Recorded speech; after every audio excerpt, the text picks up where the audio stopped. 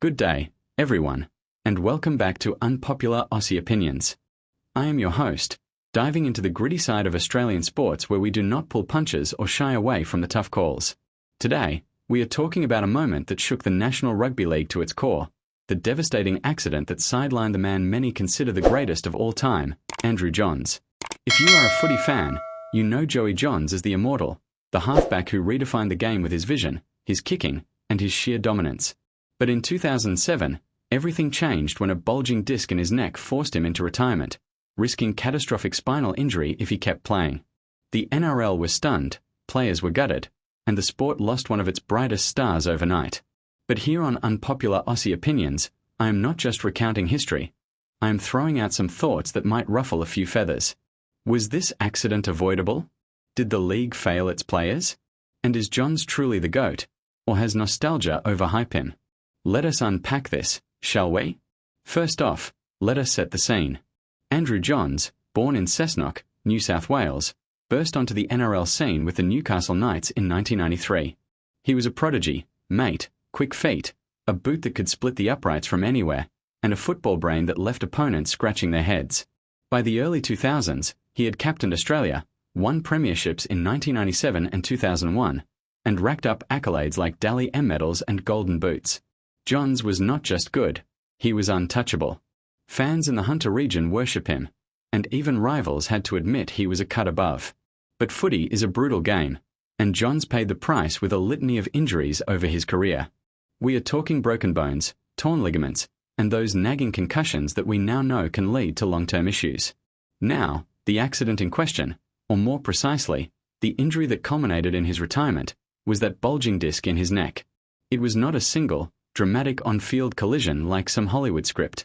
No, it was the accumulation of years of punishment, exacerbated by a specific incident where the disc protruded, pressing on nerves and threatening permanent damage. Doctors warned him, one more big hit, and you could be looking at paralysis or worse.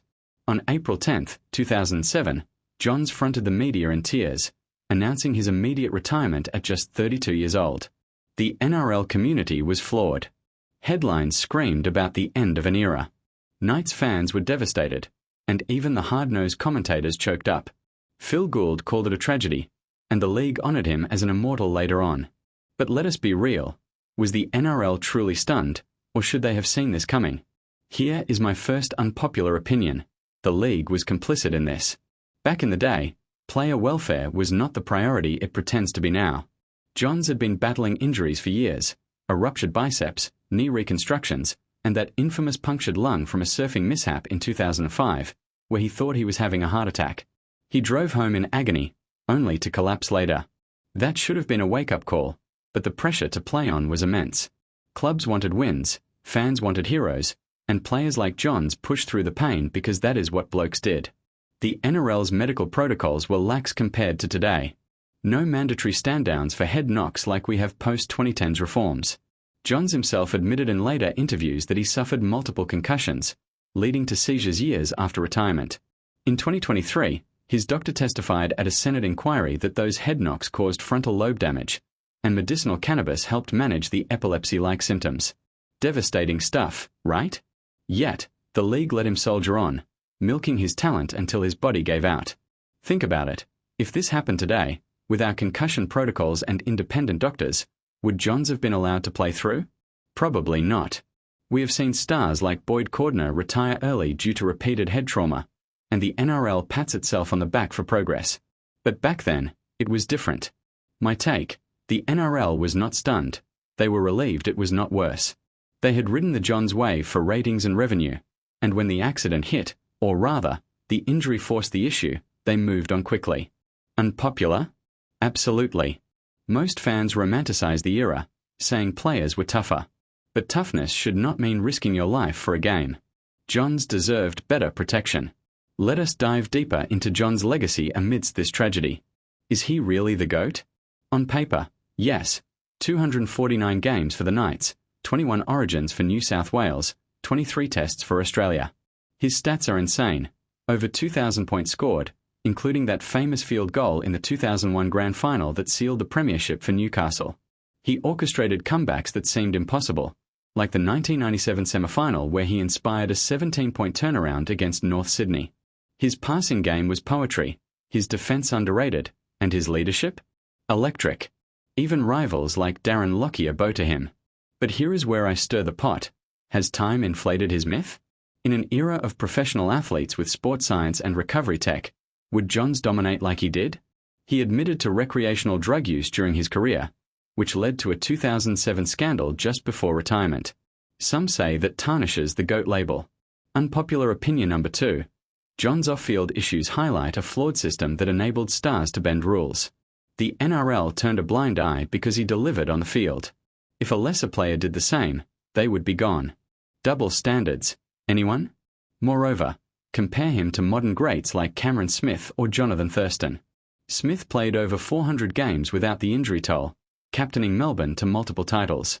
Thurston's resilience in the face of shoulder surgeries is legendary. John's career was brilliant but shortened by his body breaking down. Was that bad luck, or a sign he pushed too hard? The neck injury was the final straw, but earlier accidents, like that 2003 neck scare that left him with permanent nerve damage and numbness in his arm, should have prompted earlier intervention. Johns revealed in 2020 that he still feels the effects, unable to grip properly sometimes. Devastating for a bloke who lived for footy. Shifting gears, let us talk about the impact on the NRL post-Johns. His retirement created a void in New South Wales Origin dominance. Queensland went on an 8-series streak from 2006 to 2013, partly because the Blues lacked a playmaker of his calibre. The league introduced stricter injury rules, but was it enough? Fast forward to recent years. In 2024, John suffered another gruesome accident, a hand injury while surfing in the Cook Islands, slicing it on a reef. Photos showed stitches galore, and he joked about it on social media, but it underscores his risk-taking nature. Even retired, he cannot stay out of harm's way. And in 2025, his son Cooper Johns was involved in a scary car accident in Sydney, walking away unscathed but reminding us of the family's brushes with danger. But here is my boldest unpopular opinion. The NRL glorifies these warriors at the expense of their health. We celebrate Johns as the GOAT because he sacrificed his body, but should we? In a sport where collisions are king, accidents like his are inevitable. The league markets the violence, the big hits, the origin brawls, yet acts shocked when players pay the price. Look at the cannonball tackles Johns has railed against recently. In 2025, he called out dangerous plays that injured players like Siwa Wong. He is spot on, but ironic coming from someone who thrived in a rougher era. My view, the NRL should ban more techniques, enforce longer stand-downs, and prioritise brains over brawn. Fans might call it softening the game, but I say it is evolving. Who wants to see another GOAT retire prematurely? Wrapping this up, the devastating accident that ended Andrew Johns' career was a wake-up call the NRL needed but did not fully heed. It stunned the footy world, robbing us of more magic from a true legend. Yet, in hindsight, it exposed cracks in player welfare that persist today. Johns remains the GOAT in my book, flaws and all, because he elevated the game like no other. But let us not romanticize the pain. Let us demand better for the next generation. If you agree, disagree, or have your own unpopular take, drop it in the comments below. Smash that like button if this got you thinking, subscribe for more raw opinions on Aussie sports, and hit the bell so you do not miss out. Thanks for watching, legends. Catch you next time on Unpopular Aussie Opinions.